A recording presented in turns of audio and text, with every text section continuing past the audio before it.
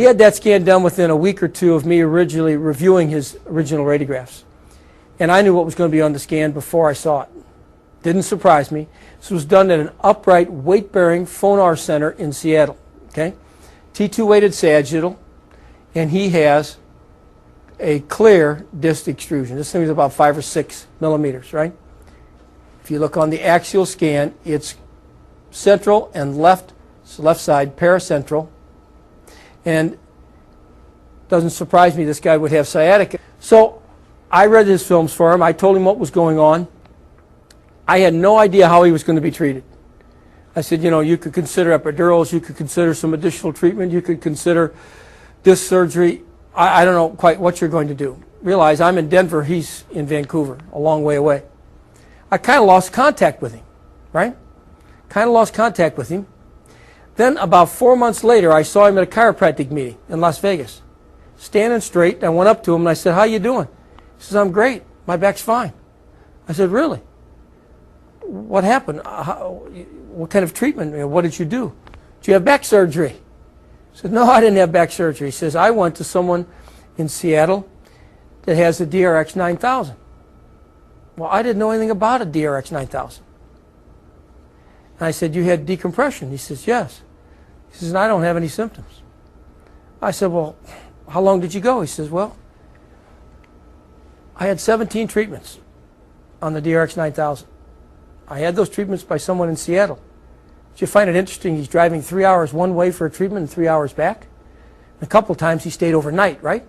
So that wouldn't be as optimum a protocol, right? He's having to get back in a car, get 2 or 3 treatments in a row, and then drive back, which I think is even more phenomenal and speaks to the power of this kind of decompression with the DRX 9000. So he had these 17 treatments. And I said, well, that's just amazing. I'm glad you're doing better, right? Then I went up and I gave a lecture in Vancouver for this at a conference where this gentleman was. And I saw him again. And I said, how are you? He says, I'm fine. My back is fine. And he asked me if I'd be willing to stay after my presentation that day and listen to a presentation on the DRX 9000. You'll hear from Dr. Frank Florio today. He was a gentleman who gave that presentation. I sat there, about 10 or 12 people there, and I asked a few questions, and I was very impressed with the presentation, very impressed with the power of the concept behind it, and it kind of sparked my interest. So then I called the patient back, and I said, you see these kind of things, if you're a radiologist, and you have to understand how we're trained, we do kind of think, Ren, black and white, right? I mean, I come from that environment, right? From the scientific community of that environment. So, you're a little skeptical, like, what happened here, right? So I thought, geez, he's been asymptomatic after 2 months worth of treatment, right? 17 visits. So from September to November, he was being treated. From November, now it's March, he's got no symptoms. I said, would you be happy to be rescanned? So I arranged 6 weeks later for him to be rescanned. This is how he was treated on the DRX 9000. And I want you to know that he got about 25% relief, about 25% relief after his first 3 treatments, which he did kind of consecutively because he stayed over in a motel. This is done at the same center, and if you look, I'll give you comparisons in a minute. Done weight bearing on a phono upright center, and it is remarkable. T2 sagittal, done on the same scanner, from the same sagittal position, the same slice. It is gone. I took these images and I gave them to my associate, Dr. Michael Berry, who practices with me, another chiropractic radiologist. I presented one set of images to him one time with the disc herniation, and another set of images blocked off the patient's name. And of course, he couldn't tell the difference. And then when I showed him, he couldn't believe it. He said, my God, this is the same patient? I said, yeah. This patient remains asymptomatic, and this is what sparked my interest. I have not seen these kind of changes from what we would consider more standardized therapy, and certainly not from standard traction, right? And this really generated an excitement in me that I want to know more about this, right? Look at the axial scan. It's remarkable. Now you might say, well, Dr. Yoakum, will that happen with each and every patient? If you've got a scientific mind, you're going to ask me that question. I'm going to tell you, to get that morphological change with each and every patient would be, to expect it with every patient, probably not going to happen with every patient. As I suggested, I actually suggested he might have an epidural injection because I didn't know anything about decompression. I had no knowledge of it, right? Seen ads, but I didn't know it or understand what was going on. He'd had a series of epidural injections. He wouldn't get any better, and he would have had back surgery. That had been the next step. So look at this case. This case was treated in, I believe, July. This is a 31-year-old male construction worker that hurt his back lifting lumber out of the back of his truck.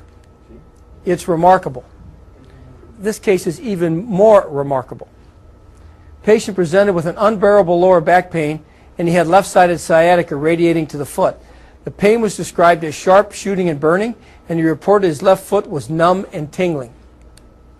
The patient's pain began 10 days prior with no relief from various prescription medications. I've had Dr. McCain certify me from his file. This patient could not even sit in his van or truck. His wife drove him. He was laying flat in the back of the pickup of the truck. He couldn't sit upright for any extended period of time. The guy was that acute. That acute. He was led by an advertisement. The patient rode approximately 6 hours lying in the back of his truck while his wife drove him to the treating facilities. 6 hours one way from Mountain Rose, Colorado.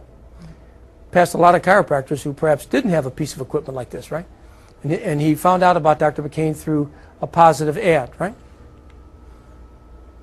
This patient couldn't stand for more than 10 minutes, and he was immediately placed in the exam room. They put ice on him, got him to relax, and they took some x-rays.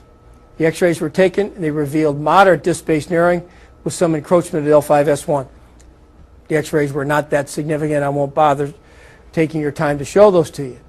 He was then sent for an MRI scan in July of 2006. He was sent to a center in Denver where I read images.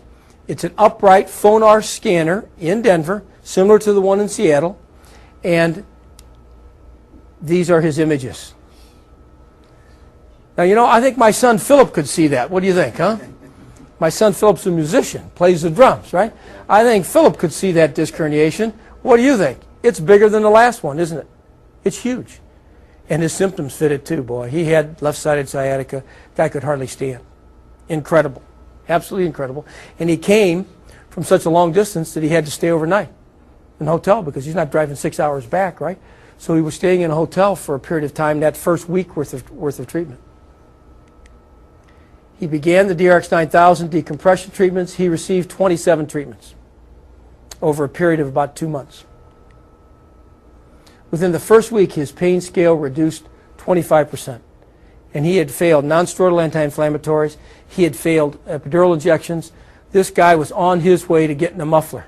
You with me? You go to Midas, you're going to get a muffler, right? His treatments lasted for approximately 1.5 months. A follow-up MRI scan was taken. Because, you know, if you don't look for it, you won't find it, right? Because I'm inquisitive and I want to investigate this, and Dr. McCain has got an inquisitive mind, we did a follow-up MRI scan. This MRI scan was done November. Look at the difference. You say, well, where? There's a little residual disc material here, but look at the reduction. By the end of September, the patient reported no lower back pain with only occasional complaints of mild numbness in his left foot. Pre-treatment, post-treatment. Pre-treatment, post-treatment. It's dramatic.